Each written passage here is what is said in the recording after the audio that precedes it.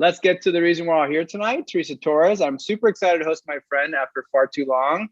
And she's, a top discovery coach and a speaker. I really miss, we used to always see each other at the conferences, the product conferences, and we just haven't had any in so long. So I'm super excited to see you here on Zoom at least. She writes awesome content at Product Talk. She's a graduate of Stanford, a symbolic systems major, and Northwestern. When we were doing this, you were studying still, and now you're a graduate. And then I just realized we both went to Stanford and Northwestern. I went to undergrad Northwestern, and we flipped it around, but we're both grads from both, which is cool. And her Twitter handle, again, is @ttorres. You can see it on my screen. This is her brand new book, Continuous Discovery Habits. It just came out. So she's going to share with us the what and why of continuous discovery. So welcome, Teresa. Super excited to have you. That was awesome. So yeah, and congratulations. You can see everyone's saying how happy they are for you about your new book. I'm super happy for you. Again, I know how much work it takes. And, I know you're, going from a speaker to having writing a book. I know exactly what that's like. So I know how much work it is. So congratulations. Thank you. That's awesome. And actually, that's what I want to start out with. Can you tell people about, kind of what was the evolution story? What was the process of writing your book? I think it'd be nice. Everyone, a lot of people here are going to get a free copy from our sponsors. So it'd be great to kind of hear the backstory and what the process was like. Yeah, so some of you, if you've been reading Product Talk for a few years, might have known that back in 2016, I announced that I was writing a book. That was clearly a mistake because I did not write a book in 2016. I tried to write this book in 2016. And what happened was I'm a product manager and I started to think about my book as a product. And I was like, well, I can't just write a book. I need to test the ideas in the book and I need to iterate on the content in the book and I need a feedback loop. And books don't have very good feedback loops, right? Like you get Amazon reviews, but you don't really get a strong, I had to make a lot of decisions while I wrote the book and I wanted feedback on those decisions while I was writing.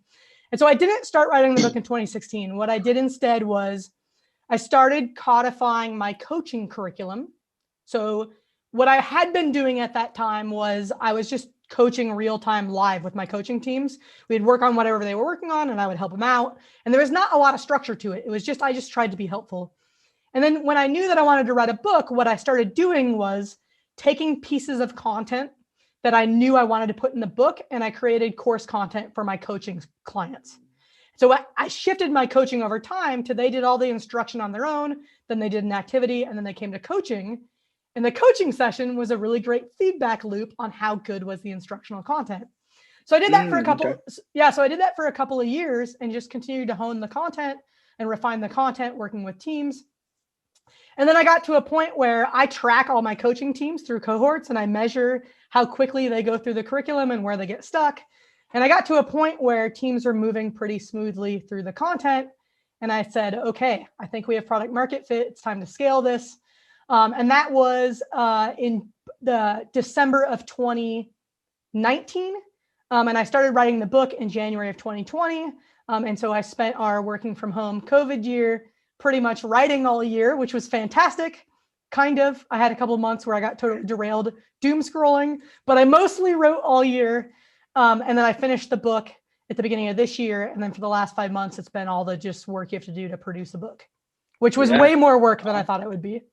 Yeah. Well, that's awesome. That's great. Yeah, I did the same thing. I remember one year, I think it was 2012 or 13, I said, I'm going to make January 1st, I'm going to make a project plan. I'm going to write a book. And yeah, I didn't really start writing it until 2014. So yeah, that's awesome. And just to be super clear, like who is your book for? I know you kind of give a high level description of, product trios, but like who should read it? Yeah, this simple. If you're a product manager, a designer, or a software engineer, this book is for you. And even if you don't work in a trio today, there's a whole chapter. So here's what's hard about writing about continuous discovery. Most of us don't work in organizations that support anything that looks like this, right? Right. We're still working in that project mindset, fixed roadmap. So I know that's the case. So my goal was to give you a book that, one, paints a really clear picture of what does continuous discovery look like. And there's a whole chapter on what if my organization doesn't work this way? How do I start to inch my way in this direction? So even if this sounds really foreign to you, the book will help you get started on this journey. Right. And I would just expand based on knowledge of my book and other books. I would assume like entrepreneurs would find this very valuable too, right? Absolutely. I mean, entrepreneurs are product people, right? I Yeah. mean, you might, no, I know. Yeah. If you have the title founder, you're a product manager. You may not know it yet, but if you have the title founder, you are a product manager. Right. Yeah. So people that are wearing those hats and they may not have a different title. So that's great. Okay, cool. And then I would also assume, and I would throw it out there, that managers of product managers, designers, and engineers and leaders, it would be helpful for them to know how they should organize things and run things, right, on their teams, right? Yeah, actually, I hear from leaders a lot, kind of anonymously. Like, I know who they are, but they don't say this publicly. Here's what they say. Right. They say, Teresa, the whole world has changed. This is not what I grew up with. How am I supposed to manage a team who works this way when I've never worked this way? Right. So what this book will do is it will really help you get a day-to-day practical understanding of what does it look like to work this way. Got it. Yeah. And then the other audience that comes to mind for me, kind of related to this, is, and that's the interesting thing about the trio, as we all know, and I talk a lot about the design gap. There's always gaps in org. Yeah. You never have the ultimate, perfect, ideal staffing or skill level, fully assembled team, right? And the other skill set that comes to mind, you're lucky if you have like some user research resources that you can use. So it's, can you talk a little, I guess, the trio obviously is really important. How should we think about if you do have user research resources, how do they fit in? How should we operate with them? Yeah, so I can broaden the scope a little bit. If you work on a digital product, you should buy this book can help you, right? Okay. I mean, if you work on a product that's not a digital product, I think the book can still help you, but it is written in a digital product context. If you're a user researcher, here's what I'm going to say about user research. I have met some phenomenal user researchers that have a good academic background in how to do research reliably, right? That is rare, though. It's rare. The vast majority of user researchers, they've learned their trade in the industry. And there is nothing wrong with that, except for the fact that the industry is not very good at understanding what leads to reliable research, right? So I'm not saying you're doing user research wrong. You are doing user research the way industry currently does user research today. But we have a lot of room for improvement in increasing the reliability of how we do research. And one of my goals with this book is to make reliable research much more accessible. Okay, sounds good. All right, cool. And I mean, just to hit the top bullet points, like I know you covered some of them, but just what are the top suggestions you have for how people can make their research more reliable? I know it was like avoid speculation, talk about behavior, like those kind of things. Like, yeah. So let's, on the interviewing side, it's really as simple as keep the majority of your interview grounded in stories about specific instances, right? And that sounds so simple. It's going to be hard to do in practice because here's what's going to happen. If I say, Dan, well, tell me about the last time you watched Netflix. I'm going to get a 1-sentence answer. It's going to be something like, oh yeah, I watched this movie the other day. Right. As the interviewer, you have to situate Dan back in that moment. Okay, let's start at the beginning. Where were you? Set the scene for me. Who were you with, right? And then I got to walk him through it. Like, okay, you're sitting on your couch in your living room, remote control in hand. Tell me what you did, right? And that's the work of the interviewer.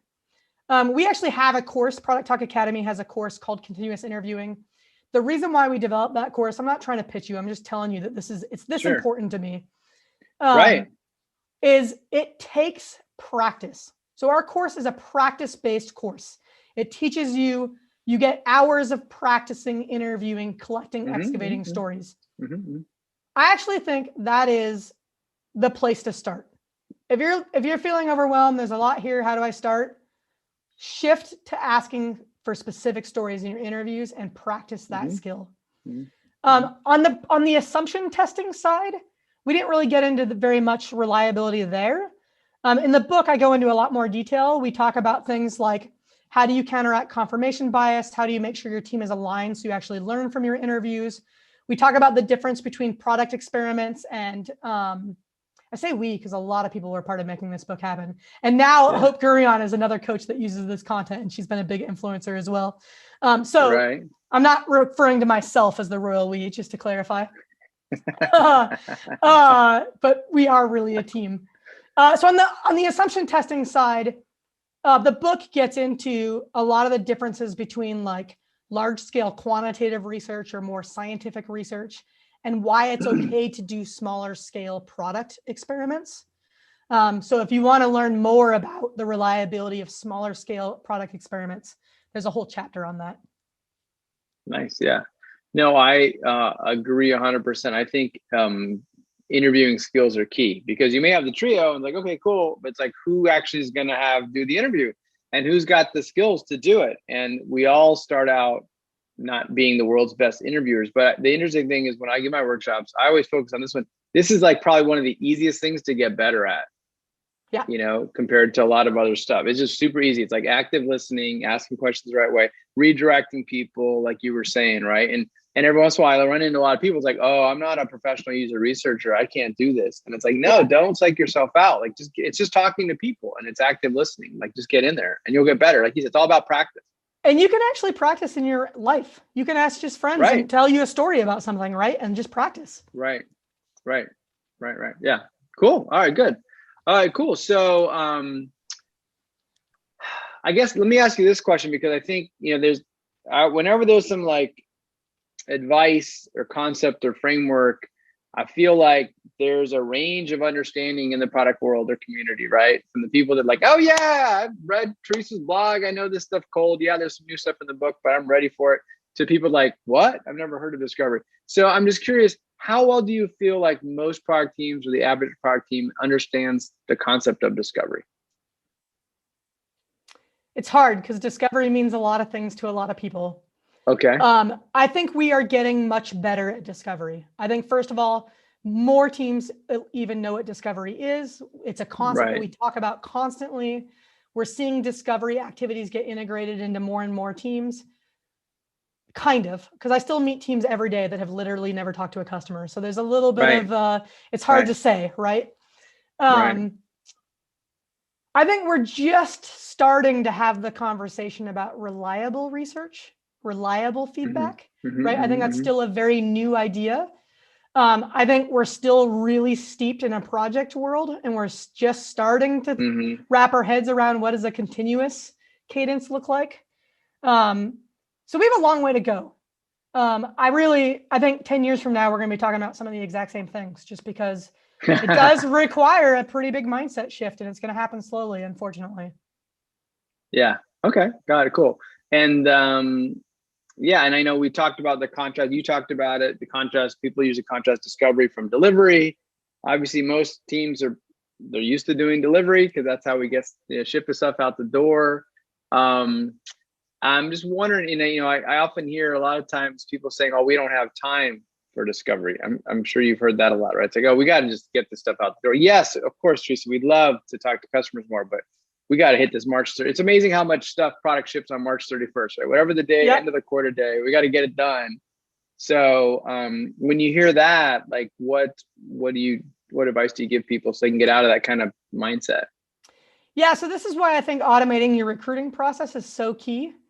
If there's an interview on your calendar every week, you're going to do it. I don't care what's going on, you're going to do it. I mean, maybe if you have a family emergency, the other people on your trio are going to do it. Like, it's going to happen. And so I think that is a big component of this. That's a lot of what makes this sustainable, is that we have to remove all the administrative sort of hustle and bustle that we put aside as soon as the release goes astray, right? We don't like to admit it, but our releases go wrong all the time. Customers have urgent problems all the time, right? We're constantly fighting fires. And so we have to assume we're going to get interrupted and have a fire to fight every single week. So how do we do discovery even when those weeks happen? And here's the thing. In your busiest week, if you can still do a 30-minute interview, in that interview, you can collect a story where you're still identifying opportunities, and you can run assumption tests.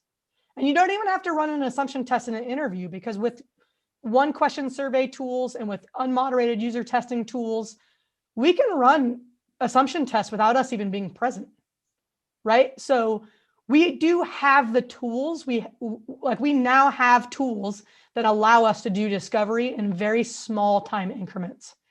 The key is it will take time to get familiar with those tools, to get access to those tools, to automate your recruiting process. So you want to start chipping away at that at the beginning of the quarter before you're rushing to hit your quarter deadline. Yeah. Cool. Sounds good. And then I'm wondering if you can share an example, you keep it anonymous or confidential, of like when you saw a team really like crush this, like excel in their discovery efforts and like what they were able to accomplish by applying these kind of techniques.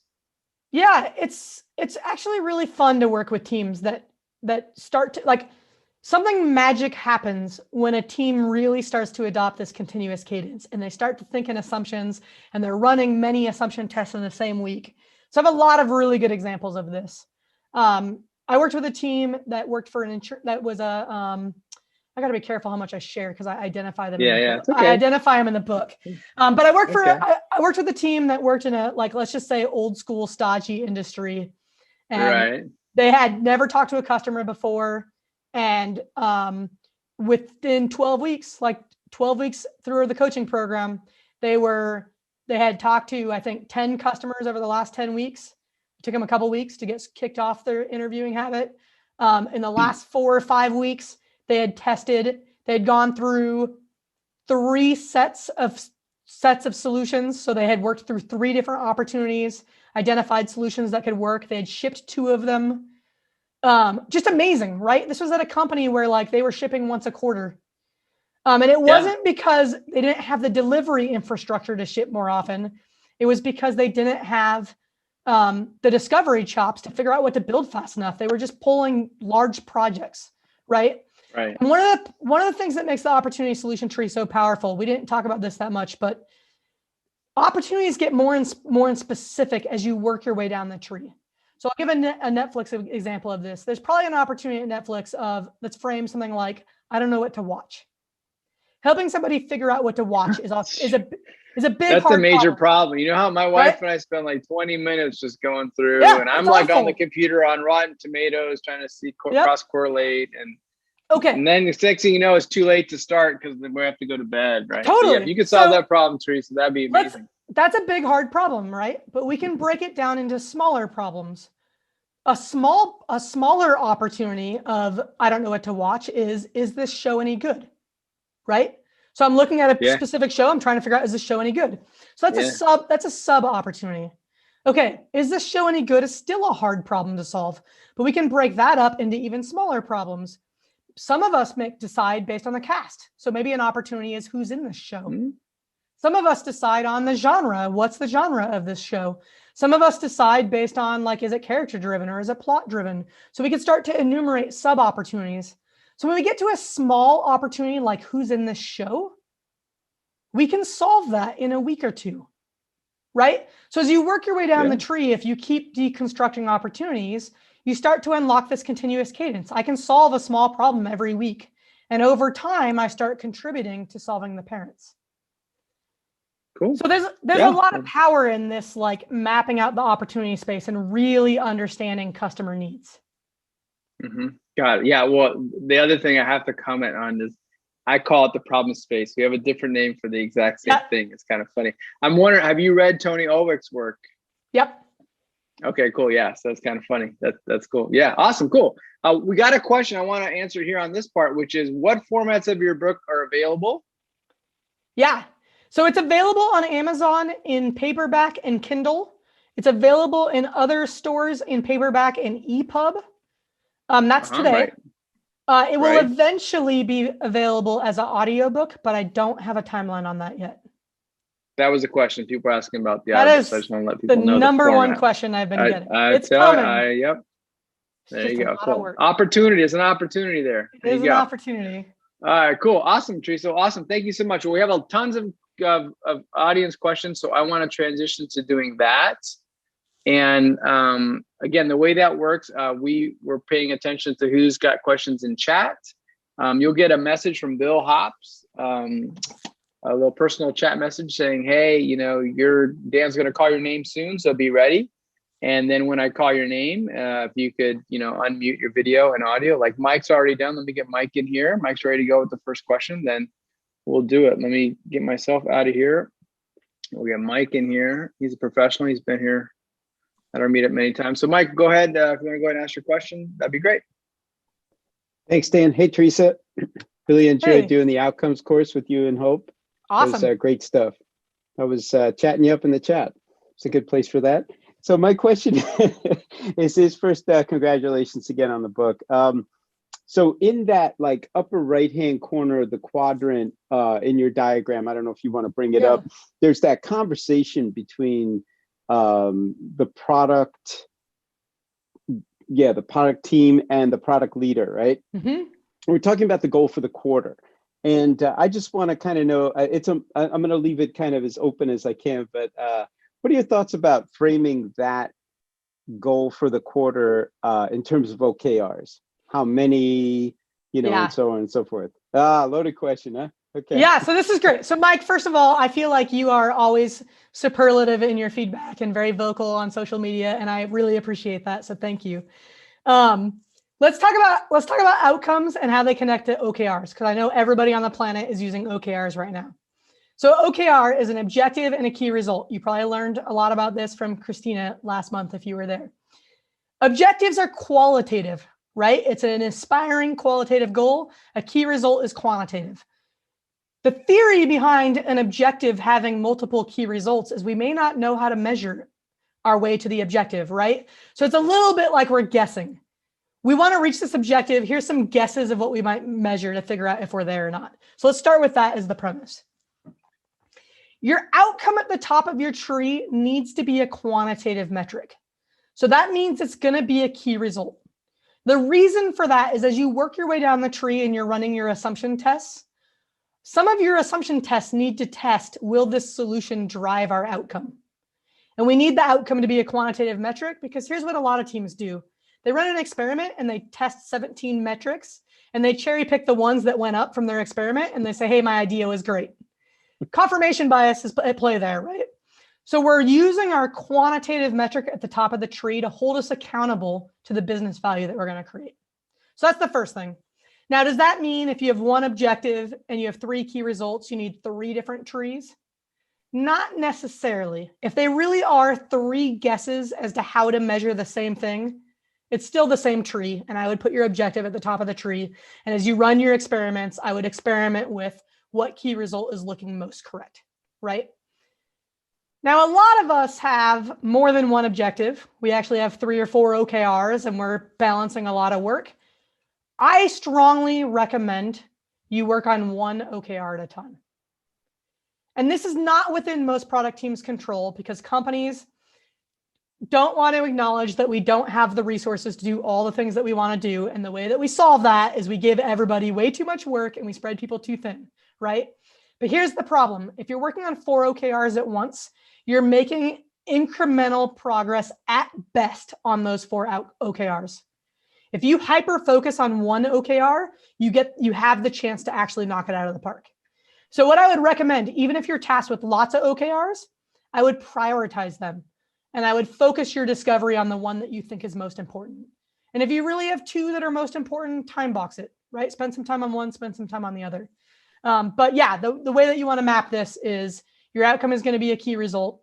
Generally, I think a team has the capacity to be working 1 opportunity solution tree at a time. So figure out, given your context, what's the best way to do that. And a quarter is about the right length of time for that? Yeah, most people I think are setting goals on quarters. I've seen some people do every 2 months. That feels a little too fast. Some people do for the year and then you don't have milestones along the way. So I like a quarter. Okay, so a little more focus and sort of that medium range. Well, I guess is a good range. Great. Thank you so much. Appreciate it. All right, Mike, thanks for your question. Appreciate it. Next up, we have Marzia. Yeah, hi there. Hi, let me find you and get you. Hold on, let me get you if you're up for. Okay, there we go. It's a great talk, and I'm excited to start working on some of the ideas presented and also reading the book. One of the questions I had is if you're doing the weekly interviews and you're using that to validate your idea, like how many users do you need to hear from to say, hey, this idea is validated? Like how many weeks do I have to wait to get to that point, right? Yeah, so let's just, Marzia, thank you for your question because I get this a lot and you're going to read on the internet everywhere. You have to talk to 5 people before you can trust anything that you hear. That number is garbage. I don't even know where that number came from.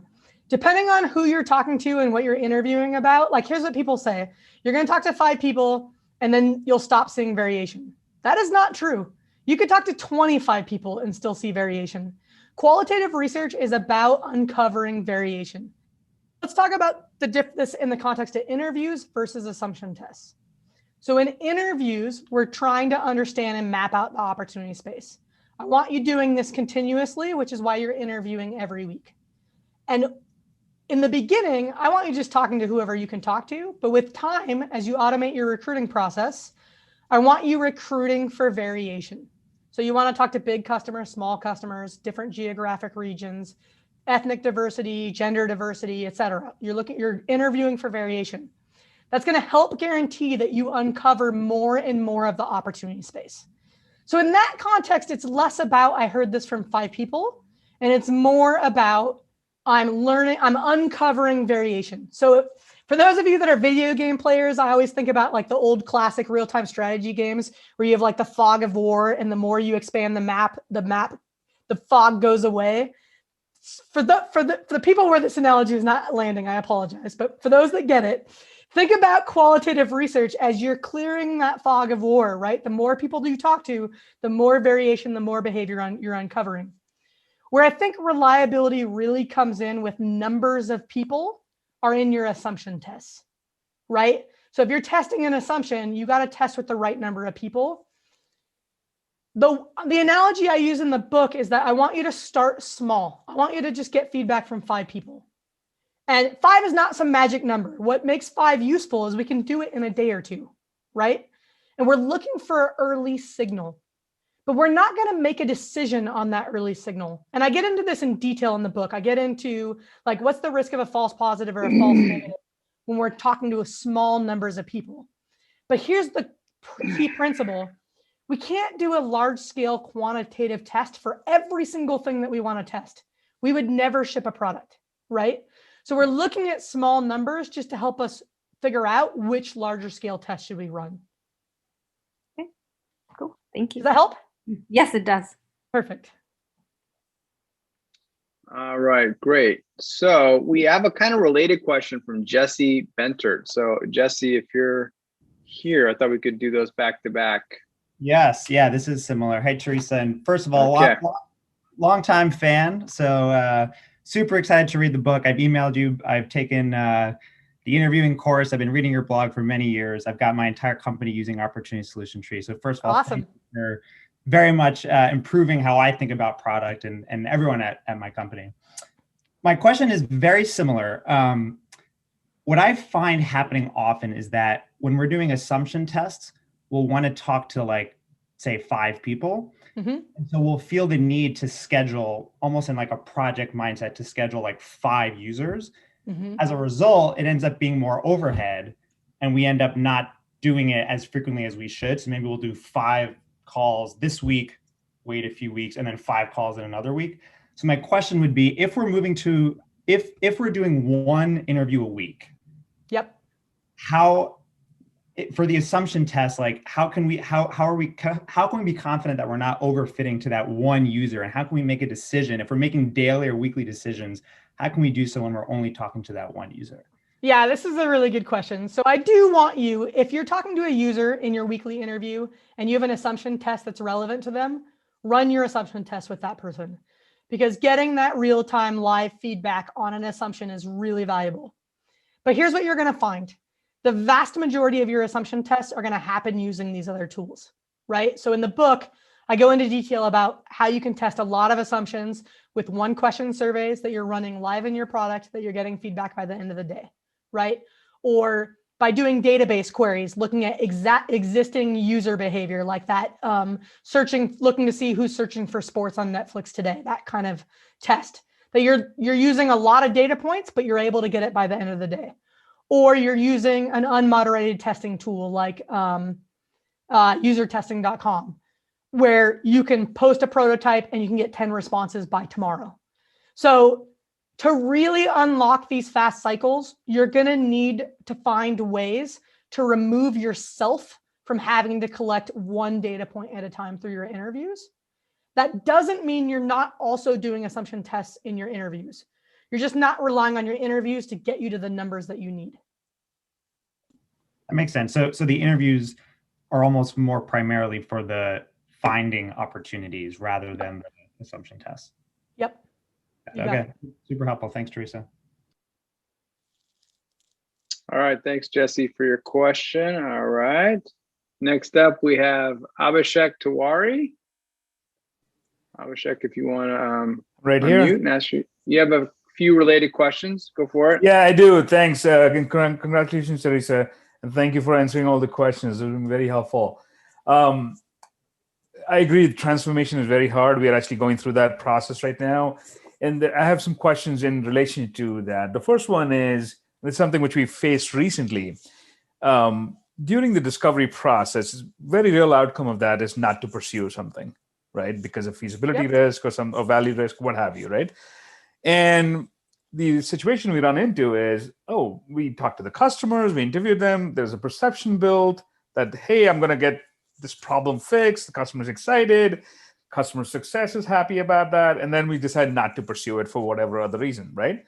And so there's this perception problem which we have, and what's the way to deal with that and set the perception that, hey, very real outcome of these conversations is not pursue this, and how do we kind of have an even keel conversation with customers and even customer success to be okay with that? Yeah, Abhishek, this is a great question. Thank you for asking it.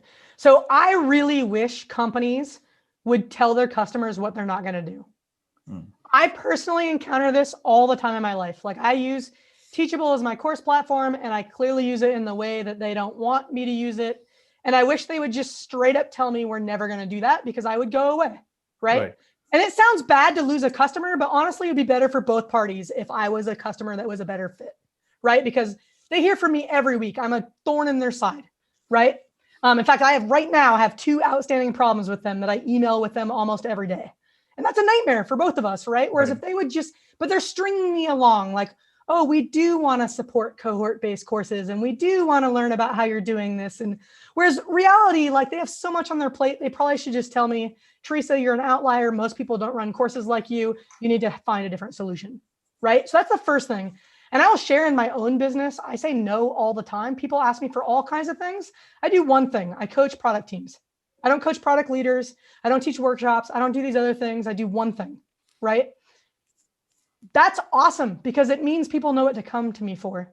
So the first thing I'll say is I wish overall as an industry, all businesses, that we would just get better at saying, I'm sorry, we don't do that, right? And so I wish it was less of a problem for you to have a conversation with a customer and then come back and say, look, we explored this, and I'm sorry, it's just not a good fit for us. Now, that's the ideal world. I realize that's probably not going to happen. So I'll tell you about the shift you can make in your discovery activities to lessen that problem.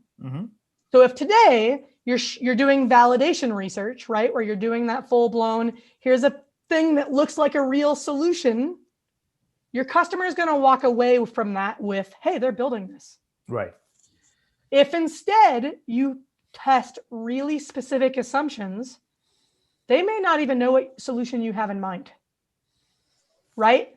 So shifting from testing the idea to testing the assumptions will help alleviate this problem a lot. Because what's going to happen is assumption testing is going to rule out a lot of ideas.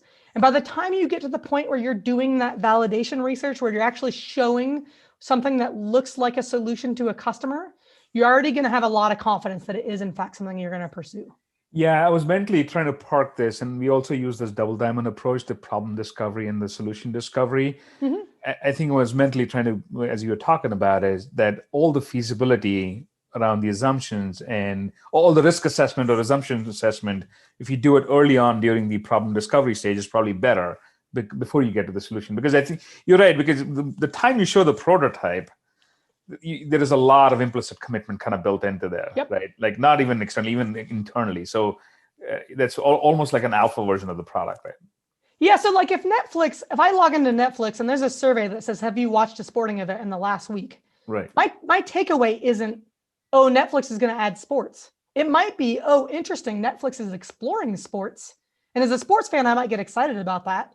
But nobody has set the expectation that sports are coming, right? If on the other hand, I see a prototype that integrates sports into Netflix, Now I'm starting to think like, oh, Netflix is pursuing sports. This is awesome. And I might later be disappointed. So that's something to think about in your assumption test iterations is, are you ready to set that expectation? Got it. Got it. One other question. Also, as you were talking about the opportunity and the outcomes, and we're talking about the user's pains, needs, and desires. I was curious, how does job to be done research kind of fit into this whole process? And the reason I'm asking this is because when we have done this, we've actually done, several interviews and like talking to 25 people, and then even surveys, which is essentially a one-time exercise versus being a weekly exercise, right? To kind of collect an exhaustive set of information and pain points, et cetera. And we keep going back to it during our multiple, discoveries and trying to fit in that way versus it being every week discussion. Right? We do every discussion with something different. So I'm curious how you connect the two. So I think jobs to be done is a fantastic framework. I don't love the language. It confuses a lot of people, but I think like the work behind it is phenomenal. I think it's just another flavor of understanding the opportunity space. Jobs are needs, right? A lot of companies. So when I've seen jobs be rolled out inside companies, it's rolled out as project-based research. They do a bunch of jobs to be done interviews one time. The jobs are defined at a really high level and they're not that actionable. They need to get a lot more specific. I don't think this is a criticism of the jobs to be done framework. I think it's a criticism of how most people are adopting jobs to be done. Right. I actually think the jobs to be done framework is really similar to what I talk about when I talk about mapping out the opportunity space. Yeah, and when we've started doing that on a each discussion by discussion basis and connecting almost to collecting stories, like what you were doing at that time, almost representing that as a job map, if you will, like what this customer were doing, like watching Netflix, looking for recommendations, etc. Yep. Yeah. Perfect. So here's the thing. We have lots of frameworks. And actually my goal with the opportunity solution tree was to be framework or tool agnostic, right? So you can discover opportunities through interviewing. You can do jobs to be done interviews. You can do it through observations. If you're like, there's lots of ways to do this. And I think the key is for each team to just find the one that you can do sustainably week over week. I recommend interviewing because you can do it from anywhere in the world. It helps with variation. You can do an interview over Zoom and get beyond your own geographic region, but it's not the one and only way to discover opportunities. Right. Perfect. Thank you so much. Yeah, you're welcome. Dan, you're on mute. Thanks, Abhishek. Thanks for your question. Thanks, man. All right. And then the next question is from Wade Loring. Wade, are you there? Are you ready? I'm here, Dan. Amazing pronunciation of the last name. Thank you. And Teresa, thanks so much for joining us today. I've sure learned a lot. So I'm at a 700-person tech company. We've just started doing continuous interviews this year, and we've done about 40. And it's amazing. First of all, it's been phenomenal. It's been one of the best things we've implemented this year, for sure. But what we have now is 40 Confluence pages with notes and a lot of Zoom recordings and transcripts. And we feel like these things are very valuable, but we aren't sure if we're using them in the best possible way because there's so much information there. It can be a little bit difficult to sort through. So I was wondering if you had any specific examples from like your experience or past companies you've worked at on how you store and use the information gained during discovery interviews. Yeah, this is a really common question, and I cover it in depth in the book, but I'll give you the highlights. So first of all, remember your goal with interviewing is to discover opportunities. So if you're working on an outcome, you're considering the opportunities that can drive that outcome. So there's a little bit of this ephemeral nature, right? Like what you're trying to get from the interview is mining these opportunities. So if you can put opportunities on your opportunity solution tree, you've done what you need to do. Now that's not 100% true because we do want to build up this bank of knowledge. So one of the tools that I introduce in the book is called an interview snapshot. It's a one-page template. It looks a lot like a persona template, but it's different in a very key way. It does not summarize what you're learning across interviews. It captures what you're learning from a single interview. It's a visual template. It's a one-pager. It's designed to make it really easy for somebody to quickly revisit a conversation. So what I have teams do is they're just storing these one-page documents. You can tag them if you want. You can tag them by parts of the product or customer segment or whatnot. I don't think you need to. Like I know companies are trying to get really sophisticated with a knowledge base around customer interviews.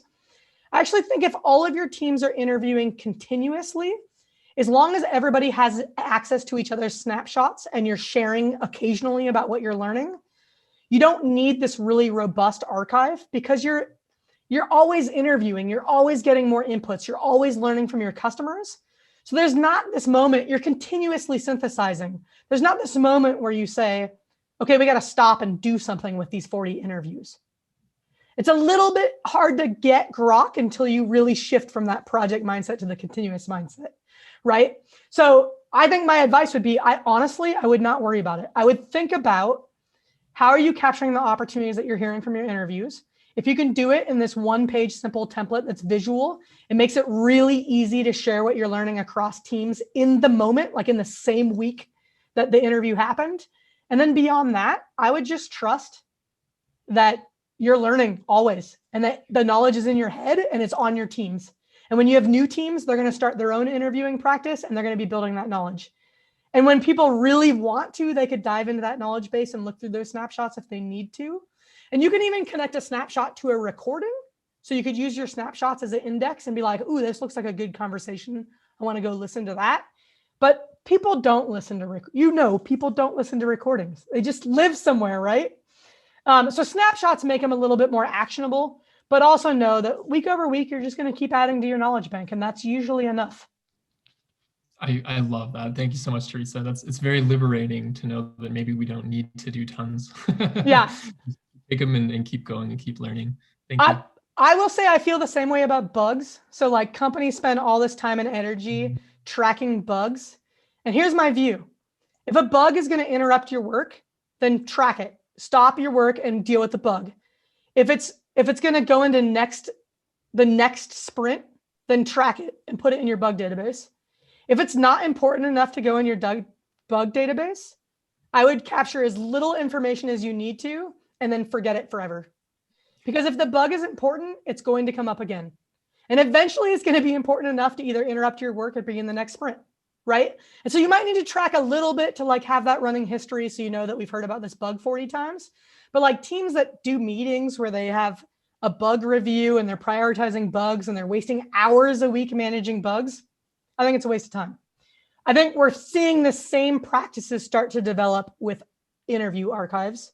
And I think that's also a waste of time.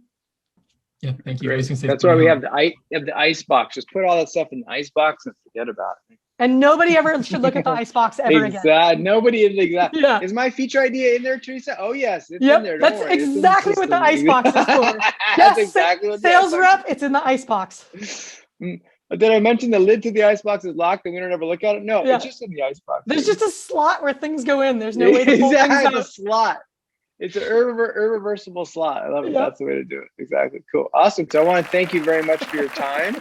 We have a lot of positive, feedback in the chats and tweets and things like that. So thank you very much, Teresa, for sharing your book launch with us and sharing your advice. Really appreciate it. Thank you, everybody. This has been a lot of fun. And thank you, Dan, for having me. I really appreciate it. My pleasure, Teresa. Great to be with you. Take care.